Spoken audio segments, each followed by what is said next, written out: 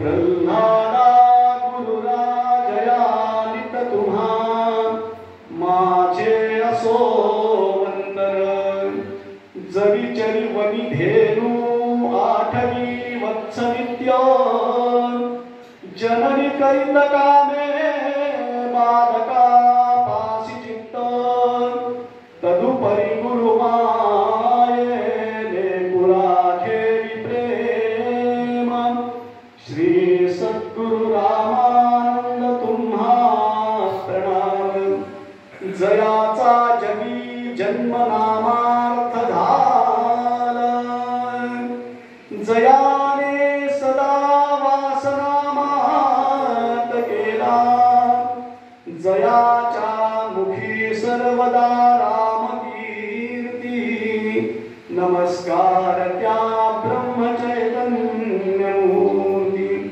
शुगासारखे पूर्ण वैराग्य ज्यांचे वशिष्ठा परिज्ञान योगेश्वराचे कवी वाल्मिका सारखा मान्यहीचा नमस्कार माझा सद्गुरु रामदासा नंद कोटी ब्रह्मांड नायक राजाधिराज सच्चिदानंद सद्गुरु श्री ब्रह्मचैतन्य रामानंद प्रल्हाद श्री यज्ञेश्वर महाराज की जय जय जय रघुवीर समर्थ चतुर्वेदेश्वर भगवान की जय श्रीराम समर्थ।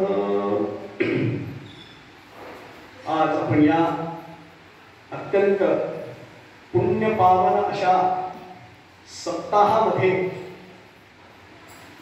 जी भगवत उपासना करत आहोत त्या उपासनेविषयी आपण थोडंसं बोलूया।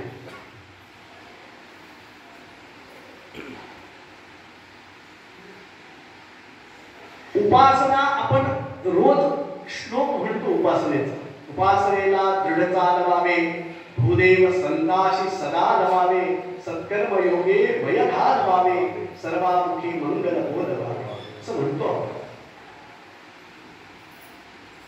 या उपासना मार्गात हा अत्यंत पुण्य पावन अशा प्रकारचा जो सप्ताह चाललेला आहे। सप्ताह म्हणजे काय? आपल्या सगळ्यांचं आयुष्य फक्त 7च दिवसाचं आयुष्य बरं का। तुम्ही म्हणाला असं काय होतंय 7 दिवसाच्या बाहेर कोणी जाणार आहे का? 7 दिवसाच्या बाहेर कोणी येणारही नाही आणि जाणारही नाही। म्हणून शास्त्रकारांनी ऋषीमुनींनी सप्ताह करण्याची एक पद्धती वहिवाट काढलेली आहे। सप्त म्हणजे 7 आणि आह म्हणजे दिवस। या 7 दिवसांमध्येच माणसाला मृत्यू येणार आहे। मग मृत्यू कसा असावा? श्रीमद भगवद्गीतेमध्ये भगवंतांनी सांगितलेले मृत्यू कसा असावा याचं माणसाचं जीवन कसंही असलं तरी चालतं, कितीही त्रासदायक असू द्या, कितीही कष्ट होऊ द्या, नानाविध यातना सहन करू द्या, पण मृत्यू हा मात्र मंगलमय व्हावा। आणि मृत्यू हा मंगलमय होण्यासाठी काय केलं पाहिजे?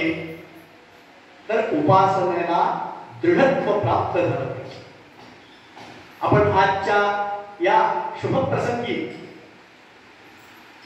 समर्थ रामदास स्वामींचा करुणाष्टकातला आपण श्लोक पाहूया।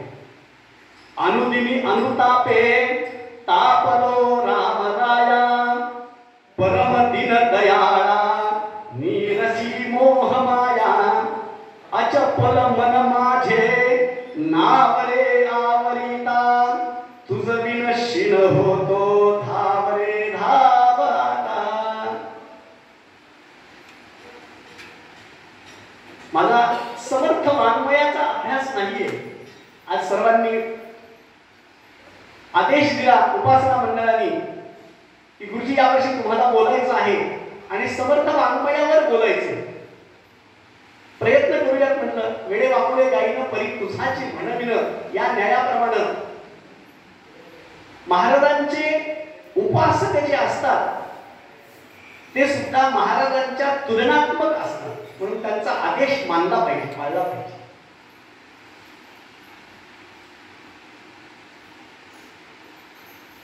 अनुदिनी अनुतापे तापनो राम राया परम दिन दयाळा नीरसी मोह माया अचपल पद माझे नाव रे आवरिता तुझ विनशील होतो धाव रे धावा. याची 4 सूत्रे ते आपण अत्यंत अल्प वेळेमध्ये, वेळ कमी आहे, मला कल्पना आहे की सकाळी 8 वाजल्यापासून आपण सर्वजण या शिबिरामध्ये बसलेले आहात. तुमच्या सर्वांच्या वयाचा विचार करून मी अत्यंत दिलेल्या वेळेमध्ये संपवण्याचा प्रयत्न करणार आहे.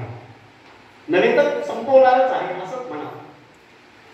कारण नियम शास्त्राचा असा आहे, प्रवचन 1 तास असावं, कीर्तन 2 तास असावं आणि कथा 3 तास असावी. याच्यापेक्षा काही जास्त बाहेर जाऊ नये. कारण बसलेला जो समोरचा श्रोतृवर्ग आहे, आपण हे बोलणारा एकटा असतोय, बोलताना माणूस कितीही वेळ थांबू शकतो ते एका जागेवर, पण ऐकणाराची क्षमता पाहिजे. कारण ऐकणाऱ्याला एका जागेवर बसून एक चित्त होऊन श्रवण करावं लागतं. आणि समोरचा व्यक्ती जर माझ्यासारखा बोलणारा असेल तर काय अर्थ आहे त्याला? खूप चांगलं ज्ञान मिळणार असेल, खूप काही मिळणार असेल तर माणूस 8 तास 10 तासही बसू शकतो. आम्ही शुभदासला भागवत कथा केली होती. पहिल्या दिवशीची 4 तासाची कथा झाली. दुसऱ्या दिवशी बसून सगळ्यांनी सांगितलं म्हणजे आता जितका वेळ जास्त, आपण कथेसाठी तिथे आलो, जितका वेळ जास्तीत